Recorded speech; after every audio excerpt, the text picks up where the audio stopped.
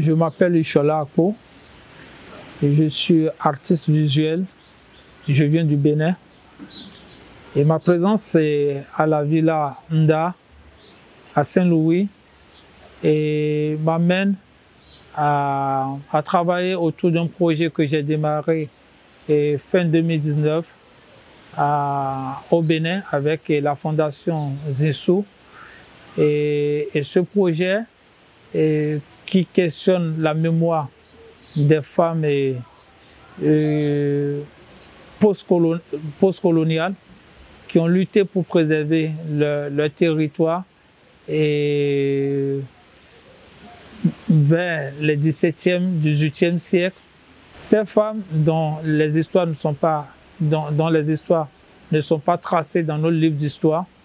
Et moi, je questionne leur mémoire, et je questionne des archives sur l'histoire de ces femmes. Donc, on peut retrouver l'histoire de la reine Nzinga en Angola, donc on peut retrouver l'histoire de la reine Yala Ndaté au Sénégal, le royaume Wallon, où on peut retrouver l'histoire de la reine Tassirangbe dans le royaume du Dahomey. Et donc moi, j'arrive à Saint-Louis pour questionner la mémoire de la reine Yala Ndaté, qui est l'une des figures de résistance dans le royaume de Wallon face aux colons. Et donc son histoire m'intéresse et je suis en train d'explorer son histoire. Et ce qui est important pour moi dans ce projet, c'est de restituer ou de parler de ces femmes dont les histoires ont été effacées volontairement par des hommes, de pointer du doigt en fait leurs histoires et de toucher en fait leur mémoire. Et donc ce que je fais ici, c'est de chercher les archives autour de ces femmes de résistance. Il n'y a pas que la reine Yala Ndaté, mais il y a aussi la reine de la Casamance, comme la reine Sibeth. Donc je cherche en fait à remettre leurs histoires sur la table en faisant par exemple de la couture, du collage à partir des archives que je trouve. Là où par exemple il y a des rois, où on raconte des histoires des rois, alors que c'est des femmes qui ont lutté dans cette période-là, dont les histoires ont été données à ces hommes. Moi, je coupe la tête, si je peux le dire, coupe la tête et je remplace ces figures masculines par des figures féminines de ces femmes de pouvoir, de ces femmes de résistance.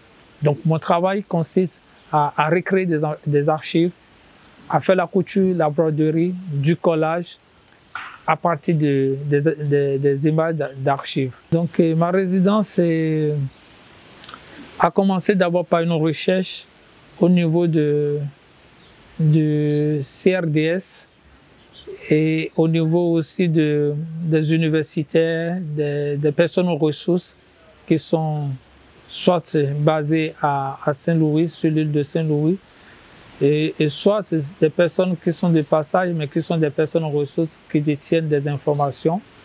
Et voilà, ma recherche a commencé par ces genres de personnes.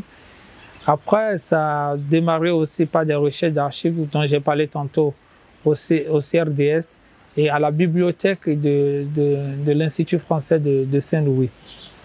Ensuite, et pour élargir en fait mes recherches et les conversations, il y a un atelier qui a été initié par la Villa et en collaboration avec le musée de la photographie de Saint-Louis, où il est question de partager mon expérience de travail, ma manière de travailler, et aussi il y a eu une discussion qui a été ouverte avec les participants de cet atelier, par exemple, où il y a eu des discussions. Donc cet atelier a duré 2 jours, où on a vraiment discuté de comment on peut arriver à a produit un travail photographique et à partir d'une idée.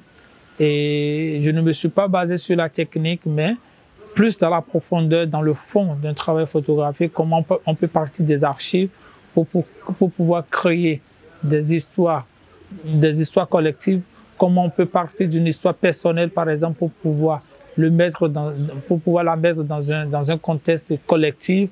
Voilà, il s'agissait de ces genres de questions et de ces genres de discussions. Je remercie toutes ces personnes, d'abord l'équipe de la Villa qui m'ont facilité les rencontres et qui m'ont facilité mon process de travail, qui m'ont mis en contact avec des personnes en ressources. Je remercie le coordinateur général de la Villa, Victor Faye, et toute son équipe, toutes ces personnes que j'ai rencontrées, comme Amadou Diao, et mes co-résidents, Adama Kouyaté, Kidi, qui ont été vraiment aussi des sources d'inspiration lors de nos discussions. C'était vraiment une famille. C'était vraiment une famille. Ils sont là qui m'ont vraiment aidé. Et sans oublier les quelques rares, les moments que je vais passer à Dada, à côté. Je remercie Masso qui a été là, qui a été vraiment mon assistant. Et jour et nuit que j'ai bousculé de gauche à droite, je le remercie beaucoup. Merci.